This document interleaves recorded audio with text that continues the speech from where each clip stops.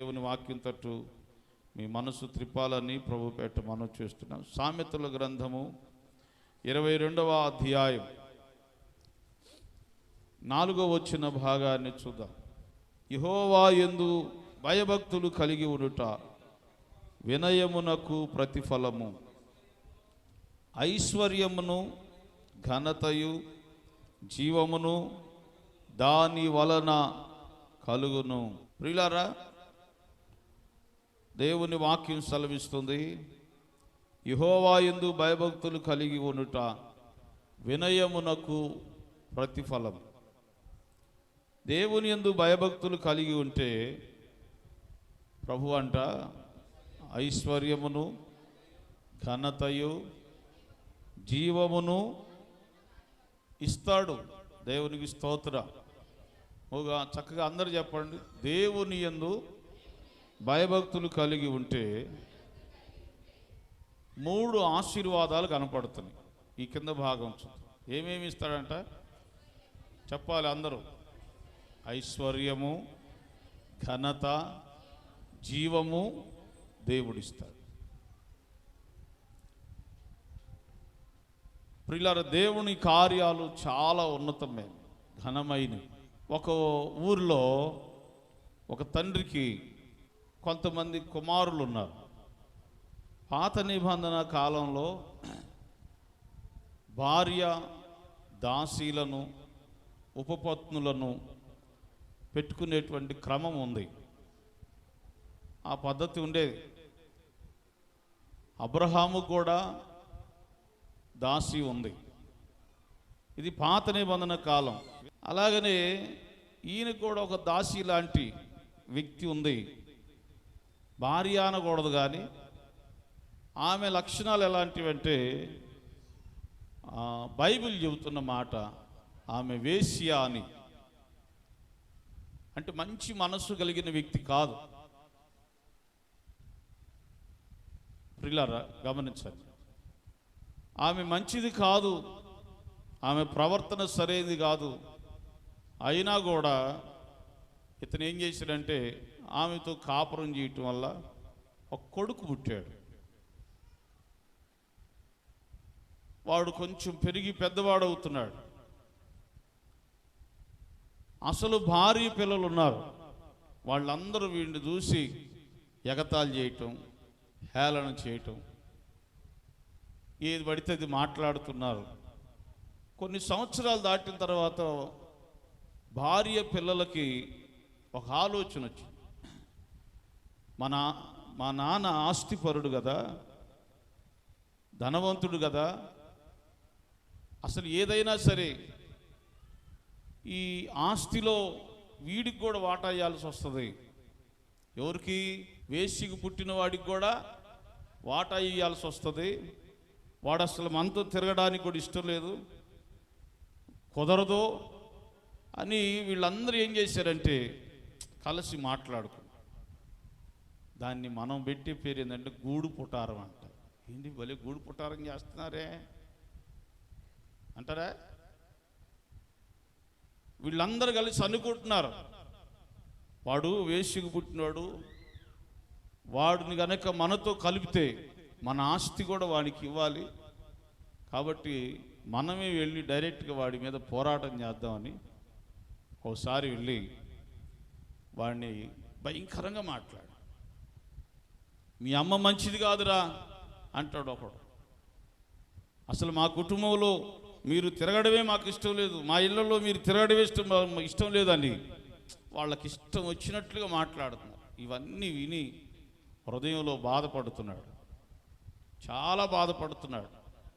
మా అమ్మ ఎందుకు ఇలా బ్రతికింది, మా అమ్మ ఎందుకు ఇలా జీవించింది, నన్నేమి ఇలాగా లేనిపోయిన మాటలతో నన్ను గాయపరుస్తున్నారని వాడు చాలా బాధపడుతున్నాడు. అతను మరొక రోజు మరలా ఏం చేశారంటే, వీళ్ళ మనసులో ఉంది ఒకటే, ఆస్తులు ఇతనికి ఎలాంటి అంటే అసలు మన కుటుంబంతో ఇతనికి ఎలాంటి సంబంధం ఉండకూడదని వీళ్ళు అతన్ని లేకుండా చేయడానికి కూడా ప్రయత్నం మొదలుపెట్టారు. అసలు ఇంట్లో ఉండడానికే వీల్లేదు. ఇతన్ని మటుమాయం చేయాలని ప్రయత్నం చేశారు.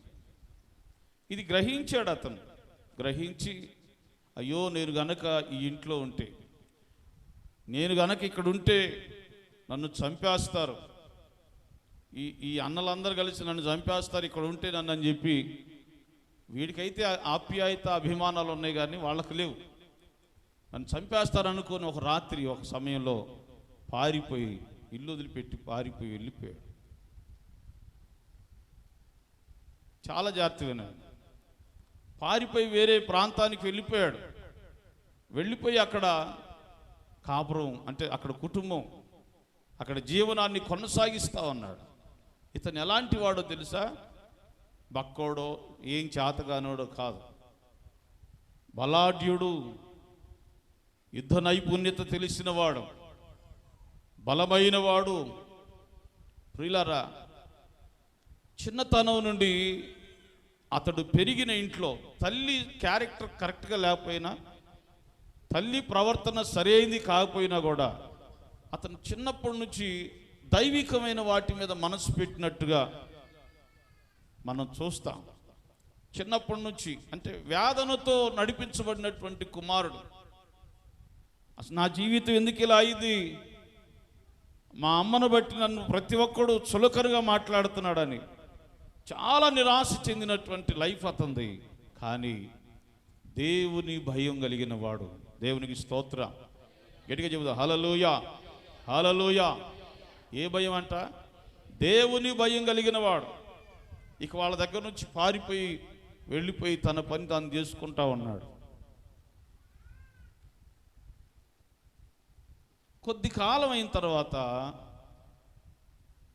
ఈ అన్నయ్యలు ఉన్నారు చూసారా, వీళ్ళ మీదకి శత్రువులు వచ్చి యుద్ధానికి సిద్ధమయ్యారు.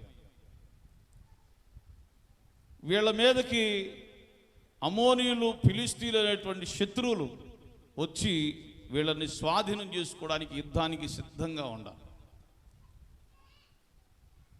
నేను చెప్తున్న బైబిల్లో ఉన్న చరిత్రే. వీళ్ళకి ఇక భయం వేసిపోయింది, ఏం చేయాలో అర్థం కావట్లేదు. ఒక్కడు యుద్ధం చేసడానికి సిద్ధపడట్లేదు, భయపడుతున్నారు. వాళ్ళేమో బలమైనటువంటి యుద్ధశూరులు ఉన్నటువంటి ప్రాంతాలు వాళ్ళవి. ఇక మనం బానిసలైపోతాం, ఏం చేద్దాం? ఇతను పారిపోయే సమయంలో, గత జీవితంలో ఇతను పారిపోకముందు ఊరిలో వాళ్ళు ఒక్కళ్ళు కూడా వచ్చి, అబ్బాయి మీ నాన్నకు పుట్టినోడే కదరా, మీరు ఎందుకు అతన్ని అలా హింసిస్తున్నారు అన్నవాడు లేడు. చూడండి, ఆ ఊరి పెద్దల్లో కూడా నువ్వు వేశ్య కుమారుడివేనయ్యా, నీకేముండదు ఇక్కడ, వాళ్ళన్ని మాట్లాడినట్టు ఇక్కడ బ్రతికే కంటే ఏడవ సాటికి వెళ్ళి బ్రతకరాదా అని సలహాలు ఇచ్చిన వాళ్ళే. కానీ ఎవ్వరూ కూడా అరే నీకు మంచి జ్ఞానం ఉంది, ధైర్యం ఉంది, ఏమోలే వాళ్ళు అన్నా కూడా నువ్వు ధైర్యంగా నిలబడని ఆ ధైర్యాన్ని నింపి మాట్లాడిన వాళ్ళు ఒక్కళ్ళు లేరు. ఆ ఊరి వాళ్ళు కూడా అతడు పారిపోవడానికి సూటిపోటి మాటలని బలహీనపరిచిన వాళ్ళు. కొన్ని నేర్చుకోవాలి, గమనించాలి చెబుతున్న సత్యాల్లో. ప్రియులారా, చాలామంది ఎక్కువగా నీరసింప చేయడానికి ప్రయత్నం చేస్తారు, ఊరకనే బలహీనపరిచి మాట్లాడడానికి ప్రయత్నం చేస్తారు. ఎవరైనా కొంచెం కురింగిపోతున్నారంటే ఆ వ్యక్తిని చేయబట్టుకొని బలపరచాల్సింది పోయి నువ్వు అలాగా నువ్వు ఇలాగా అని బలహీనపరిచేటువంటి మాటలే మాట్లాడతారు. సమాజం అలాంటిది, ఇక్కడ జరిగింది కూడా అదే. కానీ అతను వెళ్ళిపోయిన తర్వాత చాలా రోజులు, చాలా సంవత్సరాలు గడిచిన తర్వాత మంచి యవ్వన ప్రాయానికి వచ్చేసాడు. చాలా బాగున్నాడు, పరాక్రమశాలిగా తయారయ్యాడు.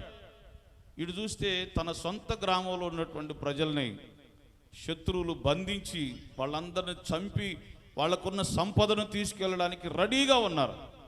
ఈ పెద్దలందరూ కలిసి వచ్చి ఒక మీటింగ్ చేసుకున్నారు ఆ ఊర్లో వాళ్ళు. ఎవరు? ఆ ఊర్లో పెద్దలందరూ, అరే నీకు మా ఇంట్లో వాటా లేదు, ఆస్తి ఇవ్వం, వాటా ఇవ్వము, నువ్వు వేశ్య కొడుకు అని నిందించి మాట్లాడినటువంటి వాళ్ళు అందరూ కలిసి కూర్చొని మాట్లాడుకుంటున్నారు. ఏం చేద్దాం, శత్రువులు మనల్ని చంపబోతున్నారు, మన బలం ఏమి లేదు, అయిపోయింది, మన బలం అంతా సన్నగిల్లిపోయింది. ఎవరు కావాలి ఇప్పుడు? ఏం చేయాలి? ఏం చేయాలి అంటే ఒకడికి జ్ఞాపకం వచ్చాడు. మీ బ్రదర్ ఉన్నాడు కదా, అదే మీరు పారిపోయేటట్టు చేశారే, అవమానించి నిందించి పదే పదే వేశ్య కొడుకు అని చెప్పి వాని జీవితం మీద నేరారోపణ చేశారే, వాడు పరాక్రమశాలిగా ఉన్నాడు, పరాక్రమవంతుడుగా ఉన్నాడు, బలమైన వాడుగా ఉన్నాడు. వాడి దగ్గరికి వెళ్ళి మాట్లాడదాం అన్నాడు. స్తోత్రం చెప్పండి. హల్లెలూయా. ఇక దారి లేదు, ఏమి లేదు. యుద్ధం చేసేవాడు లేడు. ఫిలిష్తీయులతో యుద్ధం చేయటువంటి అంత మాటలు కాదు. ఫిలిష్తీయులు బలమైనటువంటి యుద్ధశూరులు, వాళ్ళు బలమైనటువంటి వాళ్ళు. వాళ్ళతో యుద్ధం చేయాలంటే దేవుని బలం కలిగిన వాడు కావాలా. ఇక వీళ్ళందరూ కలిసి మాట్లాడుకున్నారు. ఎలా వెళ్ళాలి? ఏమిరా, ఏం చేస్తాం? చచ్చిపోవడం కంటే అక్కడికి వెళ్ళి తలొంచుకుందాం అనుకున్నారు. దేవునికి స్తోత్రం. హల్లెలూయా. ఆ ఊరు వెళ్ళారు. ఈ పారిపోయిన, వెలివేయబడినట్టుగా ఉన్న, నిందలు పడ్డ, అవమానాలు పడ్డటువంటి ఆ వ్యక్తి గ్రామానికి వెళ్ళారు. అయ్యా, ఫలానా ఆయన ఎక్కడ ఉన్నారని అడిగారు. అయ్యో, ఫలానా చోట ఉన్నాడని. అక్కడికి వెళ్ళారు. వెళ్ళి, అయ్యా, ఇశ్రాయేలీయులు అడుగుతున్నారు, బాగున్నావా? వీళ్ళని చూడని ఆయనకు కూడా ఒక ఆలోచన వచ్చింది. అరే, ఒకప్పుడు నన్ను ఎంత నిందించి మాట్లాడారు, గ్రామంలో నన్ను తిరగనిచ్చారు, అసలు ఇల్లు దాటి బయట రోడ్డు మీదకి వస్తే నువ్వు ఇలాంటి వాడివి, నువ్వు వేశ్య కొడుకువి, నువ్వు దేనికి పనికిరాని వాడివి, నువ్వు ఈ ఊర్లో ఉండటానికి తగవు. ఏమన్నా వీళ్ళంతా తగినోళ్ళలాగా ఏలెత్తి చూపడానికి ఎంత తొందరపడతారో ప్రజలు. అట్నే బైబిల్లో ఒక సంఘటన జరిగింది కదా, చిన్న పిల్లలు మొదలుకొని రాళ్ళు తీసుకుని వచ్చారంట ఒక ఆమెను చంపడానికి. ఎవరు ఆమె చెప్పండి? వ్యభిచారమందు పట్టబడిన చిన్న పిల్లలు. వాడికి ఎందుకు అసలు ఇంతోడికి? అందరూ వచ్చారంట రాళ్ళు తీసుకొని, రాళ్లతో సమాధి చేయడాలని. ఆ చట్టాన్ని, ధర్మశాస్త్రాన్ని ఆధారం చేసుకొని వచ్చి మోసే ధర్మశాస్త్ర ప్రకారం రాళ్లతో కొట్టి చంపాలని వచ్చారు. యేసయ్య నేల మీద వంగి రాస్తూ ఉంటే, మీలో పాపము చేయని వాడెవడో మొట్టమొదట ఆమె మీద రాయి వేయండి అనగానే పిల్లలు మొదలుకొని పెద్దోళ్ళ దాకా రాళ్ళు ఆడబడేసి, అంటే ఎవడి పాపం వాడికి అప్పుడు. అందుకే దీన్ని బట్టి మనం నేర్చుకోవాల్సిన నీతి ఏంటంటే, ఏ వ్యక్తిని కూడా త్వరపడి నువ్వు ఇలాంటి వాడు, ఇలాంటి దాని అనకూడదు. ఏ స్థితిలో ఉన్నా కూడా త్వరపడి నీ నోటి మాటను జాగ్రత్తగా ఉండాలి, కానీ త్వరపడి మాట్లాడకూడదు. చాలా జాగ్రత్తగా ఉండాలండి. క్రైస్తవ జీవితం చాలా జాగ్రత్తగా ఉండాలి. నువ్వు ఇలాంటి వాడివి రానబోయే ముందు ఈ 3 ఏళ్ళు మన వెంక ఒక్కవేళ ఎదుటివారి వైపు చూపించేది, ఈ 3 ఏళ్ళు మన వెంక చూపిస్తా ఉంటాం. చాలా చాలా జాగ్రత్తగా ఆత్మీయ జీవితాన్ని కాపాడుకోవాలి. సరే, ఇతని దగ్గరికి వస్తే వాళ్ళు పెద్దలందరూ వచ్చి కూర్చుంటుంటే లోపల అనుకుంటున్నాడు, నా జీవితాన్ని పారిపోయేటట్టుగా చేశారు కదా, తండ్రి దగ్గర ఉండనీయకుండా చేశారు కదా, నా తల్లిని ఎన్ని మాటలు దూషించారో, నా తల్లిని ఎంతగా అవమానపరిచారో, నా జీవితాన్ని కూడా ఆ ప్రభావం అంతా నా మీద కూడా పడింది. మీ ఊర్లో లేకుండా నన్ను పంపించారు, మరలా వస్తున్నారేంటి అనుకుని ఉంటాడు. వాళ్ళు వచ్చి కూర్చొని అంటున్నారు, అయ్యా, నీవు మా పట్టణానికి న్యాయాధిపతిగా రావాలి అన్నారు. దేవునికి స్తోత్రం. హల్లెలూయా. గట్టిగా స్తోత్రం చెప్పండి. హల్లెలూయా. మా ఊరికి న్యాయాధిపతిగా రావాలి. ఇక సమయం వచ్చింది ఆయనకి కూడా. వీళ్ళందరూ కూర్చొని తలకాయలు వచ్చుకొని ఒకడు చూస్తా, అయ్యా అంటే వీళ్ళు అన్నీ అన్నారు కదా, ఏమని? నువ్వు ఫలానా వాడివిరా, నీ బ్రతుకు ఎలాంటిదిరా, మీ అమ్మ ఎలాంటిదిరా, నీ జీవితం ఎలాంటిదిరా అని అన్నారు కదా. అవన్నీ వీళ్ళకి గుర్తొస్తున్నాయి, ఆయనకు గుర్తొస్తున్నాయి. అయినా కూడా వెనకమాల పిల్లల చావులు, వాళ్ళ బ్రతుకులు చావులు ఇవన్నీ కనపడతా ఉన్నాయి. ఫిలిష్తీయులు చంపేస్తారు, దీని అంతటికంటే వెళ్ళి బ్రతికిలాడడం మంచిదనుకుని వచ్చేసారు. దేవుడు చూడండి ఏదైనా చేయగలడు ఆయన. గట్టిగా స్తోత్రం చెప్పండి. హల్లెలూయా. ఏదైనా ఆయన చేయగలడు. నోరు బాగుందని చెప్పి ఇష్టం వచ్చినట్టుగా మాట్లాడారు. నువ్వు అలాంటోడు ఇలాంటోడు రాని. ఇప్పుడు వాళ్ళ నోటి ద్వారానే నువ్వు మా మీద అధికారిగా ఉండు అని అడగడానికి పంపించాడు దేవుడు. గొప్పోడు కదా ఏమండి? హల్లెలూయా. గట్టిగా చెప్పలేదండి. హల్లెలూయా. జాగ్రత్త అండి. బలహీనంగా ఉన్నాడని బలహీనంగా మాట్లాడకూడదు. ఒక కుటుంబం బలహీనంగా ఉందని బలహీనపరిచి మాట్లాడకూడదు. లేదా కొందరు శ్రమల్లో ఉన్నారని వారి శ్రమలను బట్టి ఎప్పుడు వారిని కృంగిపోయేటట్టుగా మాట్లాడుకోకూడదు. లేదా ఏదైనా సరే ప్రియులారా చాలా జాగ్రత్తగా, దేవుడు ఏం చేస్తాడో మనకు తెలియదు, ఎలా మలుస్తాడో తెలియదు, పరిస్థితులు ఎలా మారుతాయో తెలియదు. కుటుంబ వ్యవస్థ కానీ, స్నేహం కానీ, సమాజం కానీ, సంఘం కానీ ఎలా ఉండాలి తెలుసా? ప్రతి విషయంలో దేవుని భయం ఉండాలి. దేవుని భయం కలిగి జీవించాలి. దేవునికి స్తోత్ర. ప్రతి విషయంలో దేవుని భయం ఉండాలి. సరే, ఇతని దగ్గర కూర్చొని మాట్లాడుతున్నారు. ఇతను అడిగాడు, డైరెక్ట్గా అడిగాడు. ఏమని అడిగాడు తెలుసా? ఏది, నేను మీకు అధికారిగా రావాలా అంటే, నేను వచ్చి ఈ ఫిలిష్తీయులు అమ్మోనీయులు మీకు శత్రువులుగా వచ్చి మిమ్మల్ని చంపడానికి వచ్చారు కాబట్టి వచ్చారు కదా? అవునయ్యా, లేకపోతే వచ్చేవాళ్ళు కాదు. ఎవరు వీళ్ళు? అవకాశం ఉంటే నీ చుట్టూ తిరుగుతారు. ఏమండి? కొంచెం డబ్బులుంటే అక్క అంటారు, బాబాయ్ అంటారు, మామయ్య అంటారు. లేని సుట్టరికమంతా ఏది కొంచెం నువ్వు కలకల్లాడతా. ఏమ్మా, నువ్వు కొంచెం కలకల్లాడితే అసలు అమ్మ నిన్ను తీసుకెళ్ళి చెట్టు మీద చిటారు కొమ్మకు తీసుకెళ్తారు. అంత బంధుత్వాలు అన్నీ అప్పటికప్పుడే అమర్చుకొస్తాయి. అవకాశవాదులు. ప్రియులారా, అవకాశవాదులు అంటే ఎందుకన్నానంటే ఆ మాట, ఇతను అడిగాడు, డైరెక్ట్గా అడిగాడు. అంటే వాళ్ళు మిమ్మల్ని చంపడానికి వస్తే అప్పుడు గుర్తొచ్చాను నేను. ఇప్పుడు మీకు అడ్డం రాలేదా ఏమి? మా అమ్మ వేసి అనే సంగతి గుచ్చి మాట్లాడి నన్ను, నా జీవితాన్ని కుమిలిపోయేటట్టు చేశారే. మరి ఆ వేసి కొడుకు దగ్గరికే వచ్చారు, గుర్తు రావట్లేదు మీకు? డైరెక్ట్గా అడుగుతున్నాడు. నువ్వు మా ఊర్లో ఉండొద్దురా, పారిపో అని ఊర్లో ఉండనీకుండా పంపించారే. అంటే మీకు చావు దగ్గరకు వస్తే నేను కావాల్సి వచ్చాను, మీకు అధికారిగా ఉండడానికి నేను కావాలా అని అడుగుతున్నాడు. తలకాయలు ఎట్టు ఉంచుకున్నారు, ఏం మాట్లాడట్లేదు. ప్రియులారా, అడగాల్సినన్నీ అడిగాడు. నేను ఈ భాగంలో ఏమనుకుంటున్నానంటే, అడిగితే లోపల ఏం ఉండదు. దేవునికి స్తోత్రం. గట్టిగా చెప్పండి హల్లెలూయా. ఈ రెండోసారి మాట్లాడరు. అడగకుండా లోపలే ఉంచుకుంటే మరలా ఎప్పుడన్నా ఈ ఇబ్బంది పాలవుతాం. అడిగాడు ఇతను, డైరెక్ట్గా అడుగుతున్నాడు. సరే, మిమ్మల్ని ఎవరు నమ్మారు అని మరలా ఇంకోసారి ఏమన్నానంటే, నేను వచ్చి యుద్ధం చేసి వాళ్ళని దేవుని మహాకృపను బట్టి వాళ్ళని ఓడిస్తాను, నిజంగా నన్ను మీ అధికారిగా పెట్టుకుంటారా అని అడిగాడు. ఎందుకని? వీళ్ళు నమ్మకమైన వాళ్ళు కాదు కదా, అవకాశవాదులు కదా వీళ్ళు. అందుకని అడిగాడు, వాళ్ళని పెట్టుకుంటారా నిజంగా? వాళ్ళు అన్నారు, ఒక తీర్మానానికి వచ్చారు, అయ్యా ఖచ్చితంగా నువ్వు వచ్చి మా పక్షాన్ని నిలబడితే మేము నిన్ను మా మీద అధికారిగా పెట్టుకుంటాం. దేవునికి స్తోత్రం. హల్లెలూయా. ఈ వ్యక్తి అడుగుతున్న కొన్ని మాటల్లో, ఇప్పుడు నేను మీకు అవన్నీ మీకు గుర్తు రావట్లేదా? అవన్నీ నన్ను ఇలా చేశారు, గుర్తు రావట్లేదు అంటే వీళ్ళకి అసలు ఏమీ మత్తిపోతుందన్నమాట. పొరపాటున అన్నామే, పొరపాటు.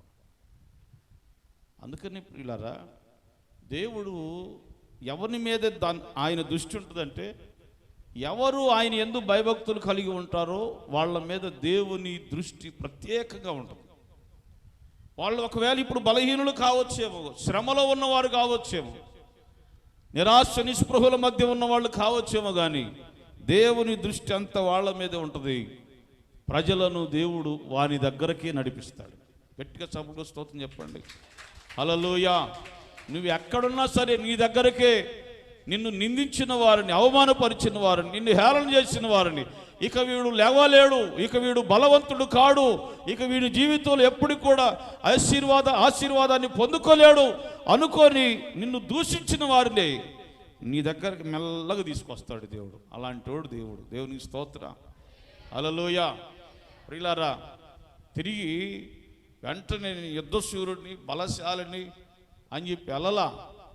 వీళ్ళు వచ్చిన సంగతి, జరిగిన సంగతి, ఇవన్నీ కూడా దేవుడు ఇంత గొప్ప కార్యం చేయడానికి అతనిలో ఏముందండి?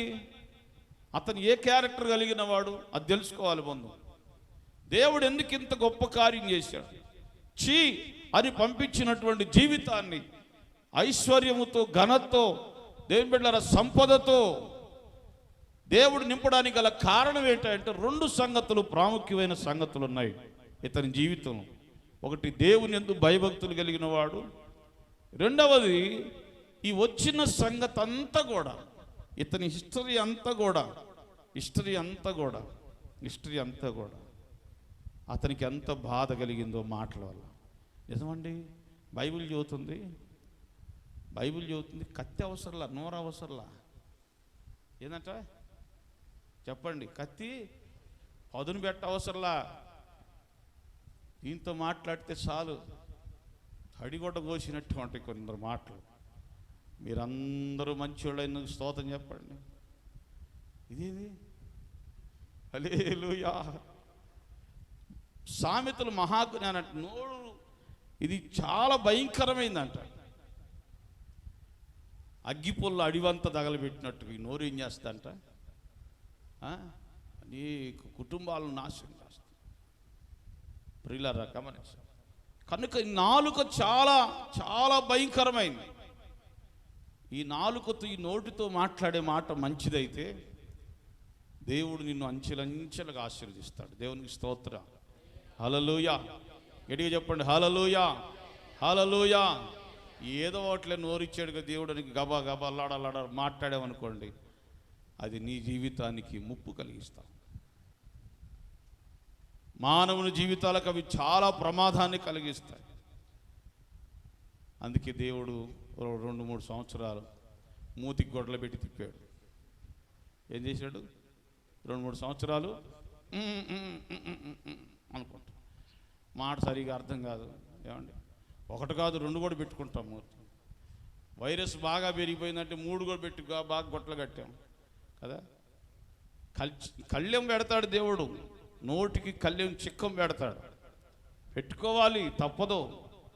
జీవితం బాగుపడాలంటే నోటికి చిక్కం పెట్టాలి, నోటిని వాక్య సాధకం చేయాలి. కానీ లోక సంబంధమైనటువంటి వాటిని సాధకం చేయాలి. ఏది పడితే అది మాట్లాడకూడదు.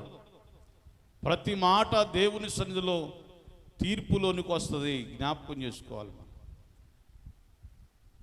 ఈ వ్యక్తిని దేవుడు అందరిని అతని దగ్గరికి తీసుకురావడానికి గల కారణం ఏంటంటే, ఒకటి, దేవుని యందు భయభక్తులు కలిగిన వాడు. రెండవది, ప్రియులారా, అతడంట ఏ విషయమైనా సరే, ఏ సంగతి అయినా సరే దేవుని సన్నిధిలోకి వెళ్ళి ఆయనకి మొత్తం వివరించి చెబుతాడంట. గట్టిగా సభలో స్తోత్రం చెప్పండి. హల్లెలూయా. హల్లెలూయా. ఏం చేస్తాడు?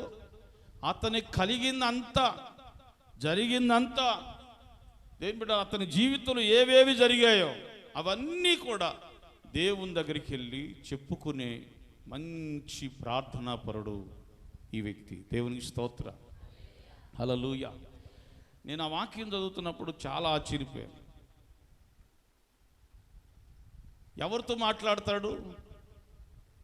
ఎవరికి ప్రార్థన చేస్తాడు? దేవునికి, యెహోవా సన్నిధిలోకి వెళ్ళి జరిగిందంతా ఆయనతో మాట్లాడతాడంట. జరిగిందంతా మాట్లాడతావా? ఏమండి, అయ్యా నాకు ఇలా జరిగిందయ్యా, నన్ను ఇలా అవమానపరిచారయ్యా, ఇది కూడా చక్కగా దేవునితో మాట్లాడతాడు. ఈరోజు ఏం చేశాడో దేవునితో మాట్లాడతాడు. ఈరోజు ఎలా జరిగించాడో, ఎలా నడిచాడో, ఏమేమి మాట్లాడాడో, ఏమేమి చూశాడో, అతని జీవితంలో ఏమేమి ఎదురయ్యాయో ఇవన్నీ కూడా దేవునితో మాట్లాడతాడంట. ఎంత గొప్ప అనుభవం అండి అసలు. దేవునికి స్తోత్రం. హల్లెలూయా. గట్టిగా చెబుదాం హల్లెలూయా. హల్లెలూయా. మంచి ప్రార్థనాపరుడు. దేవునికి చెప్పకుండా ఒక్క అడుగు కూడా వేసే వ్యక్తి కాదు.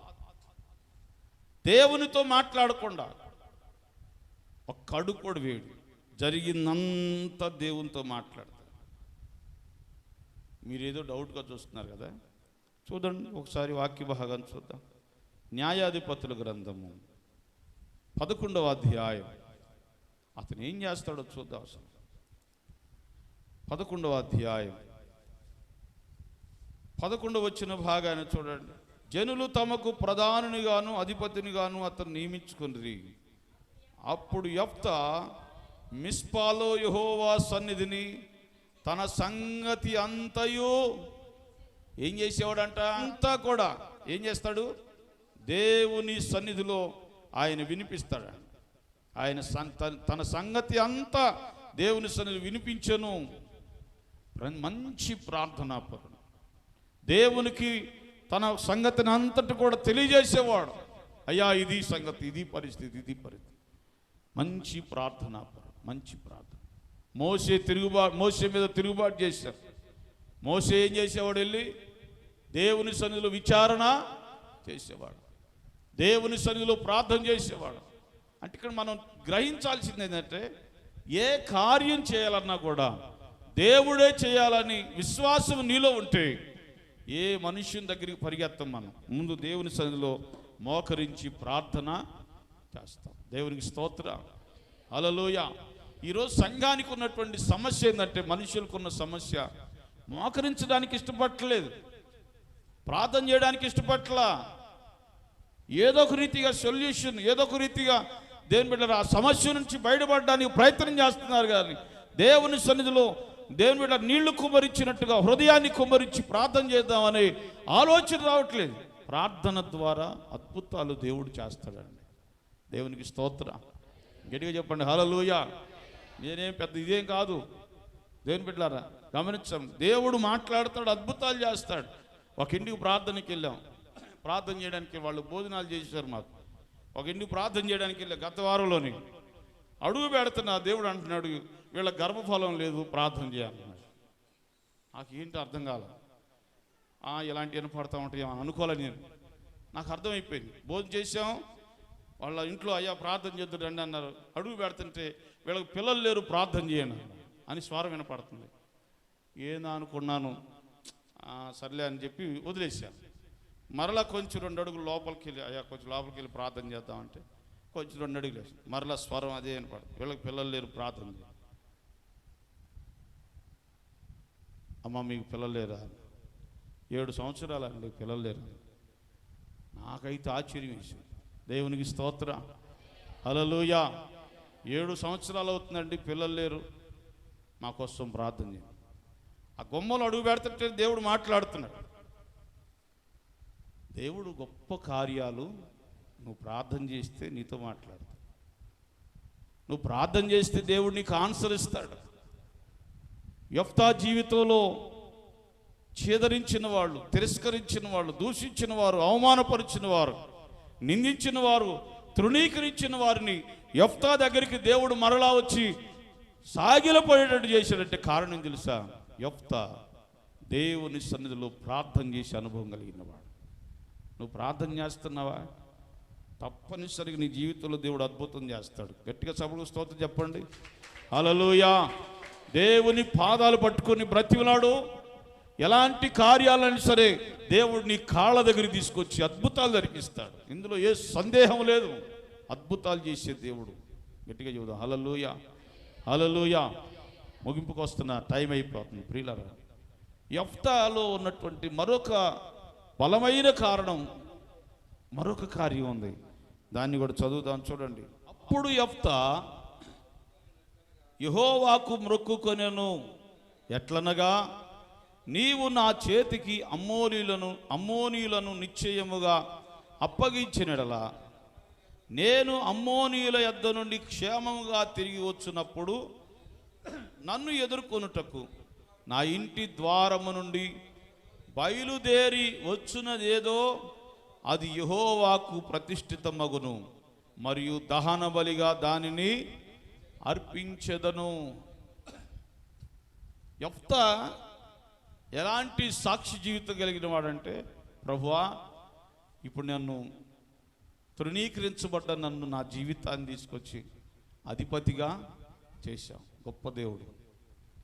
ఒక గుర్తుపెట్టుకోండి, ఒకవేళ ఈరోజు నువ్వు బలహీన స్థితిలో ఉండొచ్చు, ఈరోజు నువ్వు కృంగిన పరిస్థితిలో ఉండొచ్చు, ఒకవేళ ఏం చేయలేని పరిస్థితిలో ఉండి మా లైఫ్ ఇలాగ ఉంది అంటే నీ కన్నీరు విడుస్తున్నావేమో అంతరంగంగా. ప్రియులారా, ఎవరికి తెలియకుండా మనోవేదన పడుతున్నావేమో. రాబో దినాల్లో దేవుడు నీకు మేలు చేయబోతున్నాడు. గట్టిగా సభలకు స్తోత్రం చెప్పండి. హల్లెలూయా. ఏ మనుషులు హేళన చేశారో, ఏ మనుషులు దూషించారో, ఏ మనుషులు అవమానించారో వారిని నీ ఎద్దకు తీసుకొస్తాడు. దేవుడు నీకు ఘనతనివ్వబోతావు అన్నాడు. గట్టిగా నమ్మిన వారు సభలకు స్తోత్రం చెబుదాం. హల్లెలూయా. ఇంత గొప్ప కార్యాలు చేసావు ప్రభువా, పారిపోయి నన్ను మరలా అదే గ్రామానికి తీసుకొచ్చి అధిపతిగా, న్యాయాధిపతిగా నిలబెట్టావు. కాబట్టి నేను ఇప్పుడు యుద్ధానికి బయలుదేరుతాను. చూడండి, ప్రతి సబ్జెక్టు కూడా మంచి ప్రార్థనతో ఉంది. యుద్ధానికి బయలుదేరుతున్నానయ్యా, ఈ యుద్ధంలో గనక నీ విజయం ఇస్తే నాకు ఎదురుగా నేను వస్తున్నప్పుడు నాకు ఎదురుగా ఏదో వస్తుందో దాన్ని నీకు దహన బలిగా అర్పిస్తాను. దేవునికి స్తోత్రం. దీనికి బాగా అర్థం కావడానికి చెబుతా చూడండి. ఒక మొక్కుబడి, దేవుని ఎదుట మొక్కుబడులు చెల్లించే, మొక్కుబడి చేసుకునే లక్షణం కలిగిన వాడు, ఒక బలమైన తీర్మానం కలిగినటువంటి వాడు. దేవునికి చేసే మొక్కుబడి ఎలాంటిదంటే, ఇశ్రాయేలులు బలమైనటువంటి మొక్కుబడులు చేస్తారు. అందుకే ఇశ్రాయేలు అంటే దేవునికి అంత ఇష్టం. దేవునికి స్తోత్ర. ప్రభువా ఏది ఎదురొస్తుందో అంటే యెఫ్తాలో ఉన్నటువంటి ఆలోచన మనకు అంతుపట్టదు, కానీ దాన్ని వివరణ చేస్తే చాలా పెద్దదైంది. కానీ అతని ఆలోచన కరెక్ట్గా మనం క్యాచ్ చేయలేం. ఏది ఎదురు వస్తుందో దాన్ని నేను నీకు ఇచ్చేస్తానన్నాడు. బలమైన సమర్పణ, మొక్కుబడి. రెండవది, దాన్ని దహన బలిగా నేను అర్పిస్తాను నువ్వు గనక ఈ కార్యం చేస్తా అంటే. మొక్కుబడి చేసి దానిని నెరవేర్చుటలో న్యాయవంతుడు యెఫ్తా. దేవునికి స్తోత్రం. గట్టిగా చెప్పండి హల్లెలూయా. మొక్కుబడి చేసి దానిని నెరవేర్చుటలో నమ్మకమైన వాడు. మొక్కుబడి చేస్తారు, చేయరు కొంతమంది. దేవుని ఎదుట బైబిల్ చెబుతుంది, పాత నిబంధన గ్రంథంలో అసలు మొక్కుకోవద్దు. జాగ్రత్త ప్రియులారా, విశ్వాసులారా, మొక్కుకోవద్దు. మొక్కుకున్నావా దేవుని సన్నిధిలో మొక్కుకుంటే అది ఎప్పటికైనా అలాగ నిలిచి ఉంటుంది. అది నువ్వు తీర్చాల్సింది. కృపగల దేవుడు తీసేస్తాడు అనుకోవడానికి లేదు. బాగా మొక్కుకుంటాం, యేసయ్యా ఈ మరణావస్థ నుంచి నన్ను తప్పిస్తే అయ్యా, ఇక నేను నీ మందిరం శుభ్రంగా నీ సేవలోనే అంకితమైపోతానయ్యా, ఎక్కడ ప్రార్థన అయితే అక్కడికి వస్తానయ్యా, సేవకుని వెంబడిస్తానయ్యా, అయ్యా నన్ను బ్రతికించయ్యా అని ప్రార్థన చేసి మొక్కుకుంటావు. పట్టుమని 3 వారాలు వస్తావు, 4వ వారం ప్రార్థన లేదు, మందిరం లేదు, సేవకుడు లేడు, ఇక టిఫిన్ పట్టుకొని ఫలం మాత్రం బ్రహ్మాండంగా పోతావు. ఇట్లాంటి మొక్కుబళ్ళు ఏం మొక్కుబళ్ళు ఏమండి? స్తోత్రం చెప్పండి. హల్లెలూయా. ఇలాంటి మొక్కుబళ్ళు ఏమండి? అయ్యా మా గేదె పొద్దున పూట 15 లీటర్లు, సాయంత్రం 15 లీటర్లు ఇస్తే రోజు నీకు ఒక గిద్ద పాలు ఇస్తానయ్యా అని మొక్కుందంట ఒక. ఎవరు? ఏందండి? ఒక ఎంత పొద్దున పూట ఎన్ని లీటర్లు? 15. సాయంత్రం అంటే దేవుడికి ఎంత ఇస్తానంది? గెద్దాను. వారం పోసిన తర్వాత దేవుడికి ఎందుకు? దేవుడు ఏం చూస్తున్నాడా? ఆ గెద్ద కూడా మనమే. ఏం మొక్కుబడి? హల్లెలూయా. ఇంకొక ఆయన మొక్కున్నాడు. ఏమని మొక్కున్నాడు అంటే, ప్రభువా నేను ఈ వ్యాపారం ప్రారంభిస్తున్నా. ఇది జరిగింది, కథ కాదు, ఉపమానం కాదు. ఈ వ్యాపారం ప్రారంభిస్తున్నా. ఈ వ్యాపారం గనక సక్సెస్ అయితే ఇందులో నీకు ప్రతిరోజు 5% వాటా ఇస్తానన్నాడంట. ఎంత? 5% వాటా ఇక నీదే. దశభాగాలు వేరు, అది వేరు. 5% వాటా నీకే ప్రభు అన్నాడు. ఇది జరిగింది ఒక చోట. అతను సాక్ష్యం చెబితే విన్నాం మేము. సరే వ్యాపారం ఫస్ట్లో కొంచెం నార్మల్గా కొనసాగుతుంది. అలా అలా అలాగా బాగా డెవలప్ చేశాడు దేవుడు.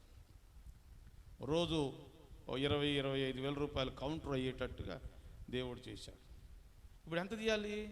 ఎంతో కొంత అనుకుందాం, 200 అనుకుందాం. ఏమండి, ఎంత? 200 అనుకుందాం. ఇది దేవునికి తీయాలి. తీసి ఆదివారం రోజున తీసుకొని వెళ్ళి దేవునికి ఇచ్చేసేయాలి. వారానికి ఎంత అయినాయి? 6 రోజులు 1200 తీసుకెళ్ళి దేవుడికి ఇవ్వాలి. ఫస్ట్ వారం బాగా ఇచ్చాడు, 2వ వారం ఇచ్చాడు అంట, 3వ వారం ఇచ్చాడు, 4వ వారంకి వచ్చేసరికి దశమ భాగం ఎంత? మీకు రావులే, మీకు తీసేవాళ్ళు అయితేగా, తీసేవాళ్ళకి తెలుసు ఆ భారం. ఇంత దేవుడికి, ఇంత దేవునికి, ఇంత దేవునికి అని. ఏమండి, సరే దశమ భాగం ఒక కవర్ ఎట్టు పెట్టుకున్నాడంట, 5% కవరు ఎట్టు పెట్టుకొని మందిరానికి వెళ్ళాడు. అతను చెప్పింది సాక్ష్యం చెబుతున్నాడు. వెళ్ళిన తర్వాత దశమ భాగం ఎత్తున్నాం కదా, ఇంక 5% ఏంది, నేను పొరపాటును మొక్కున్నాను దేవుణ్ణి అని చెప్పి 5% కవరు అట్లాగే పెట్టుకున్నాను. 6-7 నెలలు వ్యాపారం అలాగే సాగింది, బాగా సాగిందంట. 7వ నెల నుంచి మెల్లగా డౌన్ అయిందంట. ఇట్లా 5% ఇలా అంటే ఇవ్వకపోనందువల్ల అని దేవుడు ఇవ్వకపోతే అట్లా వ్యాపారం తక్కువ చేస్తాడు అని అనగాకండి. ఆయన ఇష్టం, అయింది. ఆయన ఎవరు క్వశ్చన్ చేయగలరు? చేస్తామా? మనోడు బుద్ధి మంచిదైతే కదా. ఇక 5% తీసేసాడు, ఆ కవర్ ఇంట్లో పెట్టేశాడు. 6-7 నెలల తర్వాత వ్యాపారం డౌన్ అయిపోయి నష్టాల్లోకి వెళ్ళిపోయి అప్పుడు వాళ్ళ భార్య, ఏమండి ఏమన్నా నువ్వు మొక్కుబడి చేసుకున్నావు, ఏమన్నా అనుకున్నావా, ఏం దేవుడి దగ్గర యేసయ్య ముందు ఏమన్నా అనుకున్నావా? ఇద్దరు ప్రార్థనకి వెళ్తారు. అంటే అప్పుడు చెప్పాడంట, నేను ఈ వ్యాపారంలో 5% దేవునికి ఇస్తాను, దేవుడు నాకు ఇచ్చే కొలది అన్నాను. మరి ఇస్తున్నావు అంటే ఇట్లా అబ్బా పల్లె దెబ్బేసావు అని. మరలా మొక్కుకోవద్దండి. ఇట్లా బైబిల్ ఖచ్చితంగా చెబుతుంది, మొక్కుకోవద్దు. ఒకవేళ మొక్కుబడి చేసుకున్నావా దాన్ని జరిగించాలి. తీర్మానం చేసుకోవద్దు. తీర్మానం చేసుకున్నావా దాన్ని జరిగించాలంతే. దేవుని ప్రణాళిక, దేవుని రూల్స్ అలా ఉంటాయి. బైబిల్ చదవండి, మీరు చదివితే అర్థమైంది. యెఫ్తాను చూస్తేనే అర్థమైంది మనకి. యుద్ధానికి వెళ్ళాడు, విజయం ఇచ్చాడు దేవుడు, అమ్మోనీయుల మీద విజయాన్ని కలుగు చేశాడు. ఇశ్రాయేలు ప్రజల పక్షాన దేవుడు ఉండి అద్భుతం చేశాడు. యెఫ్తా ఇంటికి తిరిగి వస్తుంటే ఒక్కగానొక్క కూతురు ఎదురుగా, ఏంది సంబరాలు, ఓ చక్కగా వాయిద్యాలు ఇవన్నీ వస్తున్నాయి, చూద్దామని ఎదురు వచ్చిందంట. బా యెఫ్తా హృదయం ఎట్లా ఉంటుంది చెప్పండి ఒకసారి, ఎట్లా ఉంటుంది చెప్పండి. కూతురికి ఆనందంగానే ఉంది, మనం గెలిచాము, మా డాడీ గెలిచాడు, ఓ యుద్ధం దేని బిడ్డరా వాయిద్యాలతో సంతోషంగా ఇశ్రాయేలు ప్రజలు ఉన్నారు. మొక్కుబడి చేసుకున్న వాడికి లోపల వేదన, కన్నీరు, దుఃఖం, ఇవేవి ఆగో. ఏం చేశాడు తెలుసా? ఆ అమ్మాయిని పిలిచి చెప్పాడు, అమ్మా నేను దేవుని ఎదుట ఈ రీతిగా ఒప్పుకున్నాను, మొక్కుకున్నాను. నేను దేవుని ఎదుట ఈ రీతిగా మొక్కుకున్నాను, నా మొక్కుబడిది. నువ్వెవరు నా గురించి మొక్కుకోవడానికి అనలా. ఇప్పుడోళ్ళు అయితే అంటారు. అసలు ఇప్పుడోళ్ళు అయితే మొదట్లోనే ఎసరు పెడతారు, ఏమని, వస్తుందిలే మొక్కుబడి అంతే, ఏముందలే. అసలు మొక్కుబడి చేస్తే చేర్చాలని ఏడ ఉందని మళ్ళీ బైబిల్ మొత్తం తిరిగేసి ఇది అంతే ఏముందలే అని అనుకొని ఒట్టు తీసి గట్టు మీద పెట్టినట్టుగా ఏం చేస్తారంట చెప్పండి, ఇదంతా మాయలే అని వదిలేస్తారు కదా. వదిలేరా? ఏమో చాలా మంది బాగా మొక్కుబడులు ఉన్నట్టు మొత్తం గాలి పెట్టినట్టున్నారు. చూడంగా హల్లెలూయా, గట్టిగా చెబుదా హల్లెలూయా. మొక్కుబడి, నేను దేవుని ఎదుట ఈ రీతిగా మొక్కుకున్నాను అన్న మాటను దేవుని ఎదుట యథార్థంగా నెరవేర్చేవాడు యెఫ్తా. గట్టిగా సభకు స్తోత్రం చెప్పండి. హల్లెలూయా, హల్లెలూయా. తన కూతురు చెప్పాడు, అమ్మా దేవునికి నేను మొక్కుబడి చేశాను, దేవునికి దహన బలిగా ఇవ్వాలని నేను ఈ రీతిగా మాట్లాడాను. ఇక నేను దేవుని ఎదుట తీసుకున్న తీర్మానాన్ని మార్చను. ఎన్నిసార్లు మార్చుకుంటారండి? యేసయ్యా నీ ఎదుట నేను బంగారం మొత్తం తీసేస్తాను, మళ్ళీ తగిలించుకుంటాను, మళ్ళీ ఏదో ఒకటి వస్తుంది, మళ్ళీ తీసేస్తాను, మళ్ళీ తగిలించుకుంటాను. తీసేయటం యేసయ్యా నేను ఇక తెల్లని వస్త్రాలు వేస్తాను, ఆత్మ సంబంధమైన వస్త్రాలు వేస్తాను. 2 సంవత్సరాలు పోయిన తర్వాత అన్ని చినిగిపోయినాయి కనపడతా ఉంటాం. ఓ 4-5 సంవత్సరాల తర్వాత మరలా అయ్యా ఇంక నేను యేసయ్యా నువ్వు లేకపోతే నేను బ్రతకలేనయ్యా. మళ్ళీ సాక్ష్యం. మళ్ళీ 2-3 సంవత్సరాల తర్వాత అసలు మన విధానాలను చూస్తే క్రైస్తవుడా లోకస్తుడా అన్నట్టుగా ఉంటుంది. మన పద్ధతులు, మన తీర్మానాలు గంటకు ఒక రీతిగా మారిపోతూ ఉంటాయి, పద్ధతులు మారుతూ ఉంటాయి. నేను కటింగ్ చేయించుకున్నాను, షాప్కి వెళ్ళి టైం అయిపోయినా లేదు, 2 నిమిషాలు. ఒకడు అంటాడు ఆ సీట్లో కూర్చొని, ఏమండి ఇటు మొత్తం తీసే అన్నాడు, ఇటు మొత్తం తీసే అన్నాడు. వెనకమాల అంట ఏడదాకా తీసి ఇట్టన్నాడు. వాడు ఇట్టంటే వాడు చెబుతున్న సంగతి నాకు తెలియదు, నేను పక్కనే కూర్చుని, సార్ కూర్చొని పాస్టర్ గారు అన్నాడు, కూర్చొని ఇటు మొత్తం తీయ అన్నాడు. ఇటు మొత్తం తీయ అంట. వెనక వాళ్ళు పిలకలాగా ఉండి ఈ పిలక ఎట్టంటే ముందుకు రావాలంట, ఎట్టంటే ముందుకు రావాలంట. ఆ కటింగ్ చేసేవాడు నా వెనక చూసి, భాస్కర్ వాడి పేరు, నా వెనక చూసి అంటున్నాడు, అంటే పాస్టర్ గారు చూడండి పిల్లలు ఎట్టున్నారు, ఎవడన్నా ముందు జుట్టు ఎట్టంటే ముందుకు వస్తుంది, ఈ వెనకమాల పిలకంట ఎట్టంటే వాడు ముందుకు రావాలంట. సరేనని చెప్పి వాడు కూడా నవ్వుకుంటా పెట్టాడు, మిషన్ పెట్టి తీశాడు. వాడు అడు చూస్తే ఇటు చూస్తే ఈ పిల్లకి ఇంత ఉండాల్సింది ఇంత చేశాడు.